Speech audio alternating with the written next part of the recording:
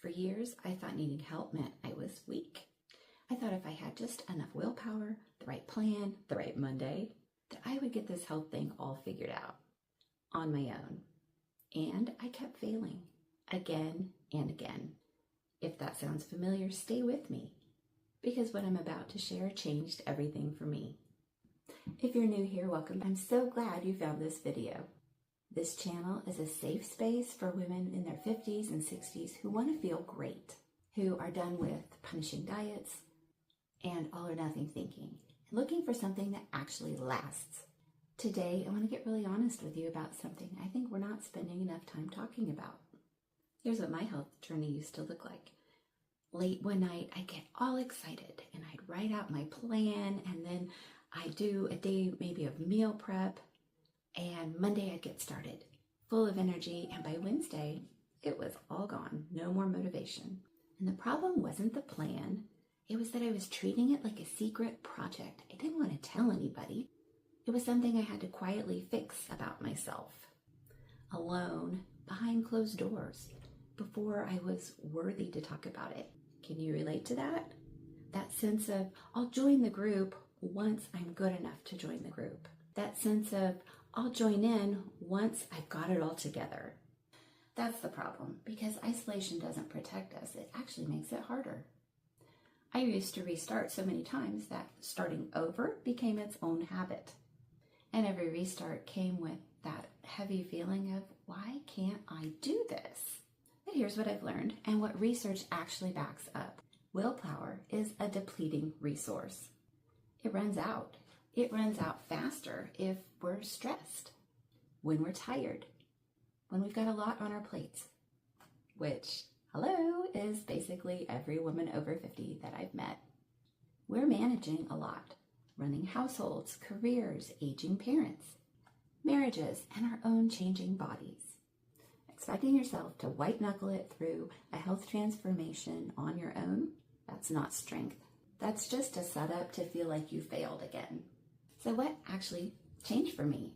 Accountability. And I don't mean someone standing over you, wagging their finger.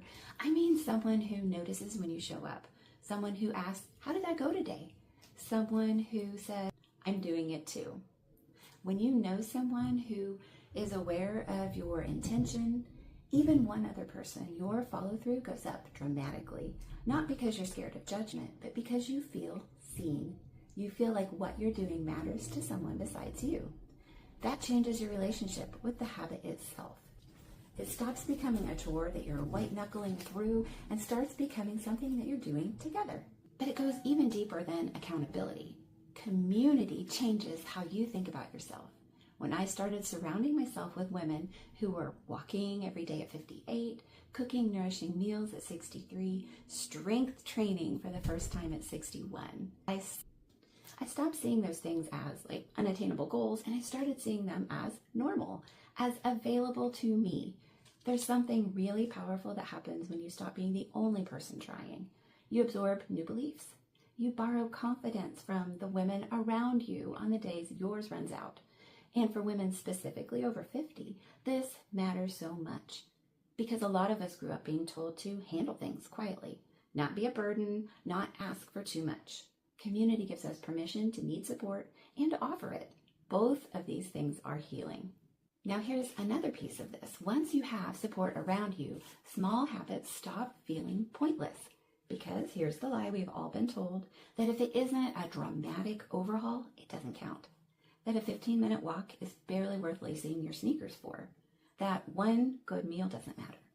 But consistency compounds.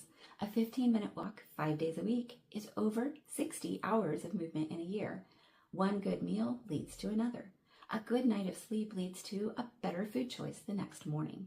Small and sustainable with support beats big and lonely every single time. That's not a motivational quote. That is genuinely how lasting change works. I want to speak directly to you for a second. Your body's not broken. You are not too far gone. You're not too old, too tired, or too behind. But you were never meant to do this alone. None of us were. Women thrive in community. We are literally wired for connection. And when we use that, when we lean into the support that's available to us instead of pushing it away, that's when things finally start to stick. Not because you found the perfect plan, but because you finally stopped carrying it all by yourself. So here's my question for you. Where in your health journey have you been trying to do it alone? Drop it in the comments. I read every single one.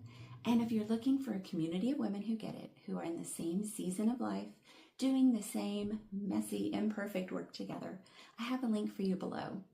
If you related to this video, share it with a friend who needs to hear it, because that right there, that's community in action.